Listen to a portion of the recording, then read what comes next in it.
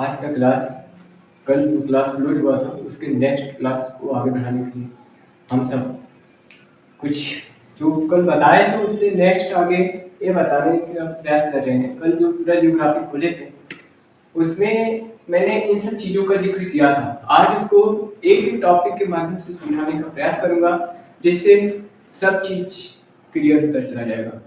और यूपीपी का एग्जाम आने वाला है, ऐसे में आप सब निरंतर प्रयास करते रहिए। और 38 क्वेश्चन पूछा जाता है तो 38 क्वेश्चन पूरा करने का प्रयास करिए। 37 कर लीजिए ठीक है, लेकिन 30 के नीचे मत रहिए, नहीं सारी है कि आपका यूपीपी में सिलेक्शन नहीं होगा। तो इसलिए हम प्रयास कर रहे हैं कि जहां से हो सके पूरा क्वेश्चन किया जाए। और उसके साथ साथ आज मैं टॉपिक है plate tectonic theory. Plate tectonic theory के पहले बहुत सारे थिंकर्स हैं, उसमें जैसे महाद्वीपीय विस्थापन मैंने कल बताया था कि टेथिस सागर और पेंडिया एक महाद्वीप था। उस पेंडिया महाद्वीप से यहाँ पे लिखा हुआ है, पेंडिया एक महाद्वीप था, उससे सभी महाद्वीपों, पृथ्वी के सभी महाद्वीप पहले एक विशाल भूखंड पेंडिया के रूप से जुड़े थे। और महासागर पैथलासा से घिरे थे। लगभग 200 मिलियन पूर्व यह टूटने लगा और आज महाद्वीप स्थिति में खिसक गए हैं। और खिसकने का एक महत्वपूर्ण कारण मैंने बताया था कल कि कितने 7 महाद्वीप और महासागर 5।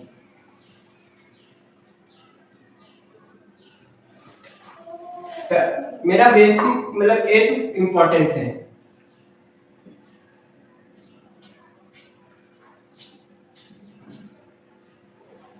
इंपॉर्टेंट इसलिए इंपॉर्टेंट है, कल मैंने जिक्र किया था कि पेंडिया एक भूखंड का पूरा एरिया है। ये मान लीजिए पूरा पेंडिया है। प्लेट टेक्टोनिक थ्योरी में 3 प्रकार के होते हैं। कल मैंने जब ग्लोबल बनाया था तो उसमें 7 महाद्वीप 5 महासागर का जिक्र किया था। तो उसमें से जब मैंने आज 7 महाद्वीप देखते हैं तो उस समय केवल एक महाद्वीप था जिसका नाम पेंडिया था। और उस पेंडिया में जब घर्षण मतलब गुरुत्वाकर्षण के कारण या प्लवनशीलता या ज्वारीय बल के कारण जब इसमें घर्षण होता है तो क्या होते हैं कि एक प्लेट दूसरे प्लेट से खिसकते हैं, तो उसमें क्या होती है, नए आकार रूप संरचना का स्ट्रक्चर तैयार होता है, जिसे एक तरफ अंगारा लेट दूसरी तरफ गोंडवाना लेट, बीच में टेथिस सागर का निर्माण होता है।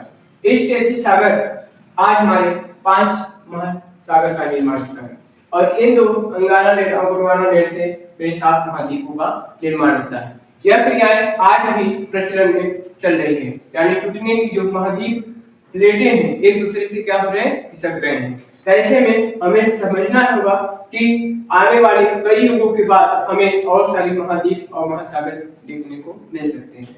जैसे मैंने बताया कि जब उस समय कितने वर्ष पूर्व, 200 मिलियन वर्ष पूर्व टूटने लगा और महाद्वीप आज की स्थिति में खिसक गए हैं। तो इसका जिक्र आप एकदम बेसिक है, तो इससे समझने का प्रयास करिए कि कौन कौन से नियम है। पहला गुरुत्वाकर्षण के नियम। गुरुत्वाकर्षण के नियम में बेसिक ये है कि जब 2 बल किसी केंद्र के बिंदु की तरफ क्या होते हैं, खिसकते हैं यानी आकर्षित होते हैं, तो उसे हम गुरुत्वाकर्षण के नियम कहते हैं। एग्जाम्पल जैसे मान लीजिए ये गोला है, केंद्र मेरा ए है और इसमें कोई चुंबकी है और इसकी चारों तरफ कुछ ऐसे पदार्थ हैं जो क्या है, उसमें कुछ लोग तत्व पाए जाते हैं जो इसकी तरफ क्या होते हैं, आकर्षित होते हैं, जिसे हम क्या करते हैं, गुरुत्वाकर्षण बल के नियम। अब देखिए यहां से तो क्लियर हो गया होगा। अब महाद्वीपीय विस्थापन का सिद्धांत किसने दिया था? जर्मन मौसम विज्ञान अल्फ्रेड वेगनर। कब दिए थे? 1912 में। ठीक है, अब देखिए इसमें प्रमाण क्या क्या मिले थे। कुछ तो एविडेंस मिला होगा, तो उस एविडेंस में क्या थे, जैसे बहुत सारे जब कोई घटना होती है तो उसमें एविडेंस मिलते हैं। उस एविडेंस में क्या होते हैं, जीवाश्म, चट्टान। अब देखिए मैंने कल बताया था कि जैसे पृथ्वी की आंतरिक संरचना में भूकंप और ज्वालामुखी की घटनाएं भी होती हैं। तो ऐसे में ज्वालामुखी की घटना में बहुत सारे अवशेष होते हैं, जैसे बहुत सारे मैग्मा जब ऊपर निकलती हैं तो उसमें से गैस भी निकलता है और पानी के फुफुरे और अन्य दाग धूल कण आदि। उन सब से क्या होता है, एक लेयर जमा होता है और उसका संरचना क्या होती है, एक चट्टान का रूप धारण करती है। तो आज मैंने किसी चट्टान की बात किया और किसी अवसाद की बात कर रहा हूँ। ये सब किसके कारण होते हैं, इन्हीं सब के कारण होते हैं। यानी जब महाद्वीप और महासागर का जब निर्माण होता है तो उसमें कुछ ऐसी एक्टिविटीज होते हैं जिससे हम उसमें अवशेष और नए चट्टान का निर्माण होता है। जैसे मैंने चट्टान में 3 टाइप के चट्टान होते हैं। चट्टान में 3 टाइप के चट्टान होते हैं। पहला चट्टान अग्नि चट्टान, दूसरा अवसादी चट्टान और तीसरा रूपांतरित चट्टान। अग्नि चट्टान की विशेषता क्या है, अवसादी चट्टान की विशेषता क्या है और रूपांतरित चट्टान की विशेषता क्या है। अग्नि चट्टान वे चट्टान होते हैं जिसमें घटनाएं एक बार जब किसी पृथ्वी के आंतरिक भाग से मैग्मा जब ऊपर आते हैं, जब वो मैग्मा किसी भू धरातल पर कुछ समय के बाद ठंडा होते हैं, तो ऐसी स्थिति में एक लेयर जमा होता है। उस लेयर को मैं क्या कहता हूँ, अग्नि चट्टान। उस अग्नि चट्टान की विशेषता बहुत सारे खनिज तत्वों का मिश्रण होता है। उस खनिज तत्वों में आर्थिक गतिविधियों में काम आता है, जैसे कोबाल्ट, ग्रेनाइट, अभ्रक, ये सब एग्जाम्पल है उसके। पूछ लेगा जैसे अग्नि चट्टान का, अग्नि चट्टान की कौन सी श्रेणी में आते हैं, प्राथमिक, द्वितीय या तृतीय।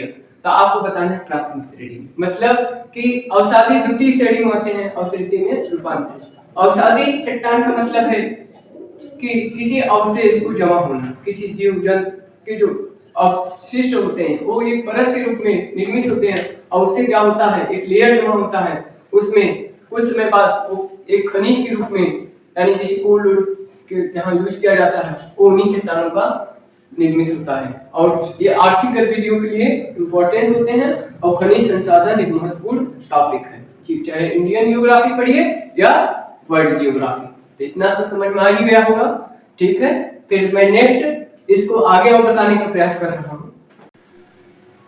महाद्वीपीय विस्थापन, मैंने इसके पहले बताया कि पेंडिया एक महाद्वीप था, उससे अंगारा लैंड और गोंडवाना लैंड महाद्वीप का निर्माण होता है, उसके बीच में तैतीस सागर।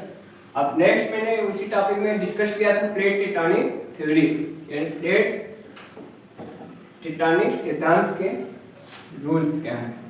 अब जैसे मैंने बात किया था पृथ्वी की बाहरी संरचना और पृथ्वी की आंतरिक संरचना। पृथ्वी की बाहरी परत के बारे में बात किया जा रहा है, जिसे लिथोस्फीयर यानी स्थल मंडल। स्थल मंडल का जो लंबाई है 5 किलोमीटर से 200 किलोमीटर की एक मोटी परत पाई जाती है, जिसे मैं लिथोस्फीयर यानी स्थल मंडल कहते हैं। अब कई बड़ी और छोटी कठोर प्लेटों में विभाजित है, जो एस्थेनोस्फीयर नामक एक लचीले मेंटल परत पर धीरे धीरे सरकती हैं।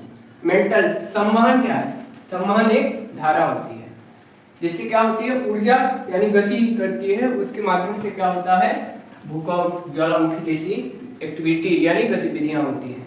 अब ज्वालामुखी गतिविधियों से क्या होता है, पर्वत का निर्माण होता है। पर्वत का निर्माण, पर्वत का जब निर्माण होता है तो उसमें कौन सा रूल्स फॉलो होना चाहिए, प्लेट टेक्टोनिक थ्योरी।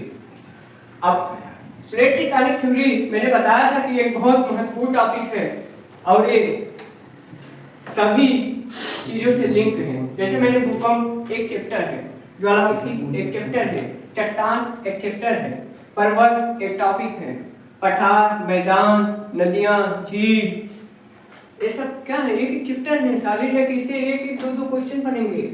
आप पर्वत, किसी देश के पर्वत दे देगा, फिर उस एक तरफ देश, दूसरी तरफ पर्वत,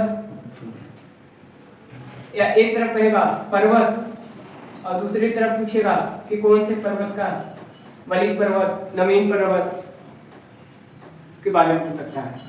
तो इस टाइप से आपको पढ़ना है। तो मैंने बताया था कि आपका बेस एकदम स्ट्रांग होना चाहिए ताकि आप लिंक कर सकें और चीजों को समझने में महत्वपूर्ण भूमिका निभाए।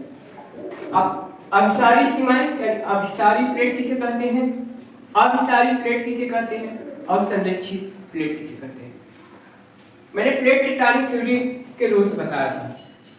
ये पूरा ग्लोबल है, एक उत्तरी अमेरिका, दक्षिणी अमेरिका और ये पूरा एशिया,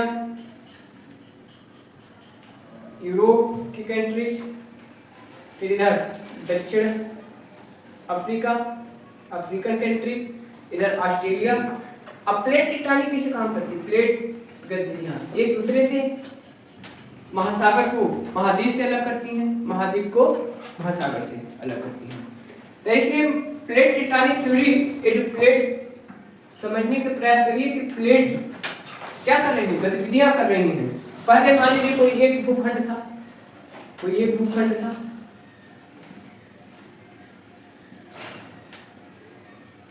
उसका क्या नाम था? पेंजिया। आज कितने भूखंड भाग में डिवाइड हुए? 7। एशिया, यूरोप, दक्षिण अफ्रीका, अफ्रीका वाला एरिया, ऑस्ट्रेलिया, उत्तरी अमेरिका और दक्षिणी अमेरिका, अटलांटिका और अटलांटिका। तो 5 महासागर के बारे में भी है। 3 महत्वपूर्ण महासागर है, ये भी ध्यान दीजिएगा। अटलांटिक महासागर, हिंद महासागर और पैसिफिक महासागर यानी प्रशांत महासागर। अगर पूछ लें कि प्रशांत महासागर क्षेत्रफल के दृष्टिकोण से कितना भूखंड भाग को डिवाइड करता है, कवर करता है, तो 1/3 है प्रशांत महासागर। पूरी भू जो सतही जल है उसका 1/3 एरिया कवर करता है। और इसी में 75% ज्वालामुखी गतिविधियां इसी प्रशांत महासागर क्षेत्र में होते हैं, जिसे रिंग ऑफ फायर कहते हैं। रिंग ऑफ फायर कहते हैं। इतना तो समझ में आ गया होगा कि एक भूखंड क्या था? पेंजिया, और उससे 2 क्या हुए? निर्माण हुए। तो मान लीजिए एक भूखंड ही था, तो उससे कितने खंड हुए? 2 खंड। 2 खंड बीच में क्या हुआ? एक महासागर। आज कितने महाद्वीप हो गए? 7।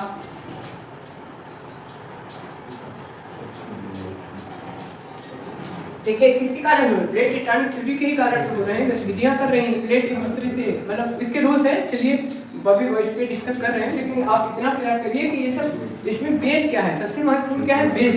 और जब आपका बेस क्लियर है ना, तो सारे जो क्वेश्चन कहीं से पूछे तो आप इसको करने में सक्षम रहेंगे। तो अब मेंटल की मैंने बात किया था, ये मोटाई एक मोटी परत है, ये ध्यान दीजिएगा। विशेषता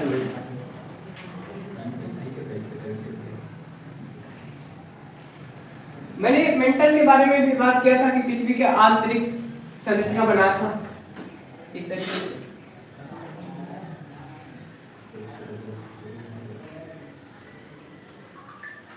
इसमें 3 लेयर होते हैं, कोर, मेंटल और क्रस्ट। पृथ्वी इसमें भी लेयर होते हैं, मेंटल में भी 3 लेयर, यानी मेंटल के ऊपरी और आंतरिक और मिडिल वाला। हर में 3 लेयर होते हैं। कोर में भी ऐसे डिवाइड कर लीजिएगा, ऊपरी कोर, आंतरिक कोर और मध्य कोर। इसमें क्रस्ट में भी ऊपरी क्रस्ट, निचली क्रस्ट और माध्यमिक क्रस्ट। अब इससे इस क्रस्ट जो भू प्रॉपर्टी है, इसे क्रस्ट कहते हैं, मेंटल कहते हैं, कोर कहते हैं। मैंने ये भी बताया था कि इसमें कौन से तत्वों का निर्माण किया गया है। एक परत किन तत्वों से निर्मित है? जैसे सियाल, सीमा, मीथेन। अब इसकी अलग विशेषता है, इसकी अलग विशेषता है, इसकी अलग विशेषता है। और इसमें क्या है? ये भी एक एरिया है।